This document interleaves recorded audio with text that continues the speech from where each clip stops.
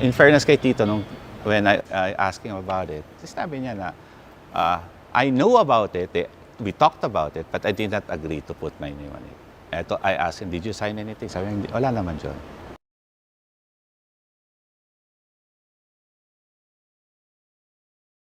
Yeah. Kasi we always, ako, mas gusto ko makipag-usap sa kanya sa labas para walang pressure din. Naawa din ako kasi siyempre nasa gitna nga siya. Tapos siyempre hindi naman ganun kabata si Tito Tony, marami na rin nararamdaman. Ako naawa, I mean, I have to understand also na dadamay ko palagi lahat si Tito Tony dito. I mean, di ba? So sir, yung Itbulaga sa tape pa rin? Yes. How about the team song? Alam mo, lahat yan, Itbulaga. No? Lahat yan, bakit? Tape, eto na lang, forever sila nag-produce ng Itbulaga. Tape. Lahat ng kontrata from Channel 2, 9, and 7, tape pa rin. Now, well, they were saying, they were making a distinction. When Itbulaga began in 79, after the TVJ created the name, tape did not exist as yet. It was production specialist. Who owned production specialist? Yes, that's right. But you dissolved the company. Yes. They're just talking legal. They're saying that when you finally came about in 81, the name Itbulaga already existed. So, sabihin na natin, kasi iba, who owned, so sinasabi mo, yung specialist ang may nag-umpisa. Who owns specialist? Who produced specialist? It's the same person. Yeah, but corporate-wise, legally, that company was dissolved, so it no longer existed. Their argument is that when tape came in 81, the name already existed. Okay. So tape cannot Hindi. possibly Well, bros, eto na. Sa amin, they can always tell about legality. But we all know, pagdating sa legal, only the court can. Basta kami, we will fight for our rights. Sa amin naman, I think it's common sense, no? I think you don't need to be a lawyer to understand this. You know, we were being employed, so may talent fee and everything. You know, in every company, whether it's creatives that you have come up with during the time of employment or the time you were getting paid for that, automatically, sa kumpanya yan. Ganito, to keep it... Give you an example. I was making a shoe, and I was being paid to make the shoe. I cannot just say that since I made it, akin yan. I own the rights to it. Obviously, the shoe wouldn't have been made if the factory or the company wasn't there in the first place. Going back to what you were saying, yes, I don't know. They're claiming within a certain period of time. But kung wala yung tape, paano mag-take off yung Itbulaga? Whatever claim it may be, it wouldn't have taken off if tape wasn't there to produce it. So, we produced a show na kung saan nagkontrata ang mga networks. So, within that period, from 44 years, anything creatively done within that period while you were being employed is the ownership of the company. So, talking about even the IPO, we can show records na nasa amin po yung IPO.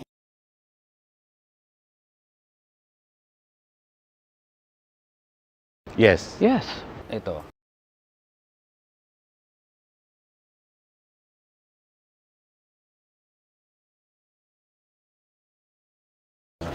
We have a list. We have the actual paper. Ito, hindi po to Xerox. Original po ito. Ito po yung renewal. And then, I'd like to make a distinction, no? We heard in the news na sila, they applied. Which means if you apply, Kami nagre-renew. bago yun. Kami, nagre-renew na kami. Which means, we started with it and we're up to renewal, which we just filed for renewal. And So I think IPO will have to hear us out. let's go back to the intent. The intention of, kailan po sila nag-apply? 3 months ago, 4 months ago. Ba't nyo po gagawin yun? Bakit hindi yung 1981, sabi nila? Bakit hindi yun? Iba yung sinasabi on air, iba yung nakita mo on paper.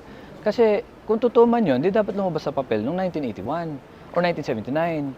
Ang problema dito, we're only talking about a span of 3 months from where we came in. So halatang there was some sort of intent na talagang either you wanted to take it away from us or you wanted to apply para hindi na namin makuha. I wouldn't know. But the records state, and even the contracts of GMA7, nasa amin. And GMA7 has been constantly assuring us that they're holding our contracts.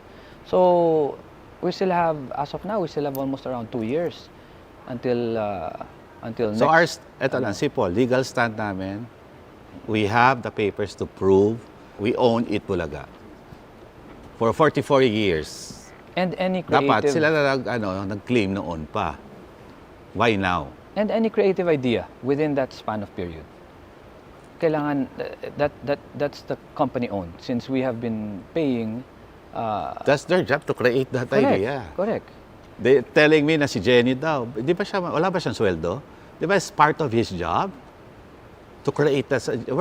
Like, eto na lang, Showtime. Ilang taon na Showtime. So pwede na i-claim ni Vice Ganda na sa kanya yon. Simple, di ba? Let's be simple. Huwag na natin pahirapan pa. Yung mga writers ng isang show, pwede ba niya i-claim nila na sa kanila na yon? While they're being paid salaries, allowances, overtime. I don't know kung may overtime. Baka mabash na naman ako. Walang overtime na binayaran. But ang alam ko may salary. Yan, kasi I can prove it. While you're being paid to be creative, and then what you created is yours? Is that right? Why are they claiming na sa kanila? Wala nga silang proof na sa kanila. Ang ano lang nun is bayad namin sila. Dapat clear Dapat sila yung dapat ang mag-secure ng kung may contract. sweat equity ba sila sa kumpanya, na meron silang partnership with us. Wala eh. But since they were receiving these amounts, then obviously, Pero naintindihan we don't din wanna nila. go down too much legal because again, baka siguro I'm anticipating meron talaga legal. Meron talaga yan. I'm But sure. we are stating that That's our stand. that we have the right Yeah. for 44 years. Yeah. The logo, the name The show. is ang signatory is tape.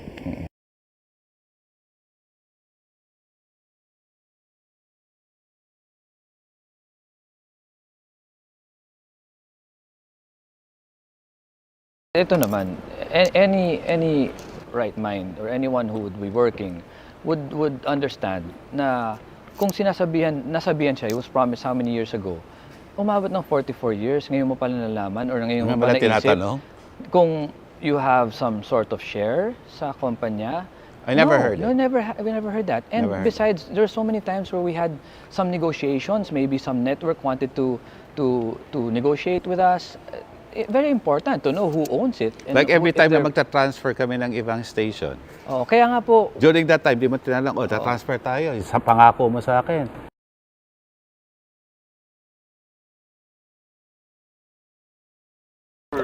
Basta shares, hindi na pwede si Tito Tony eh. Kailangan yung board na eh. Basta shares. Kasi siyempre, 25% lang naman si Tito Tony eh. Unless, ibigay niya yung part ng 25 niya. Wala kaming kinalaman doon. kaya nga hindi po sila kasama sa negotiations in any network.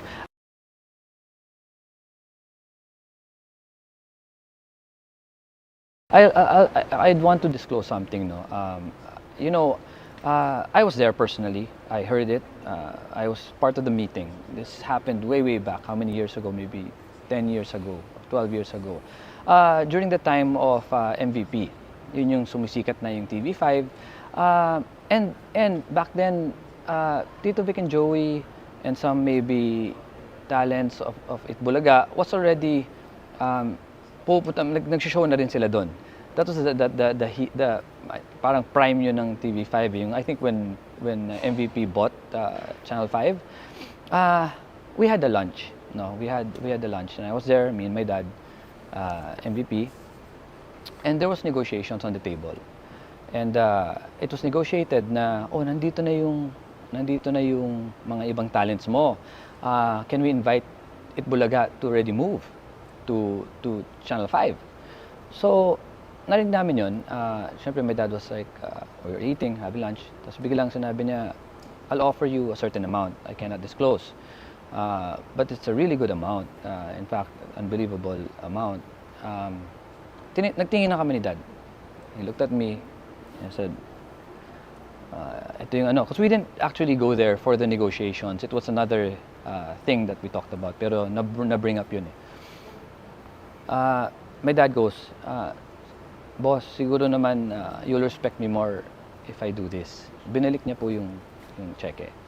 Or the ano. He brought it back and said na, Alam niyo po, marunong kami tumingin ng utang na loob. At one point, we didn't have a house.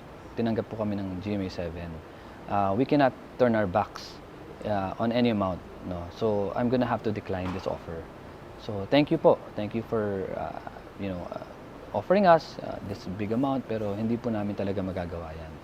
So, malaki po talagang utang na loob namin sa Channel 7, and that's why, up to now, we thank Channel 7, the network, the Gozon family, for maybe not sticking with us, but understanding the situations we're in.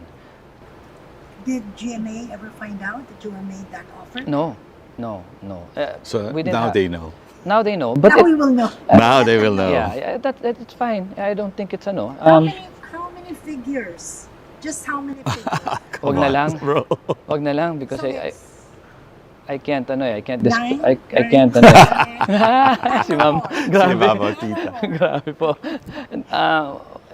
Basta it's Basta a tao really- for us there, no matter how it's- big or yeah, small it's a it is, big we enough did not amount accept it. for us Because to, of our yeah. loyalty na one time na wala kaming bahay, ang nagbigay ng bahay sa hindi namin pwede layasan. Yeah. Ganon din naman ang feeling sa amin kay TVJ. Hindi naman namin pwede tanggalin ang mga kasama namin for 44 years.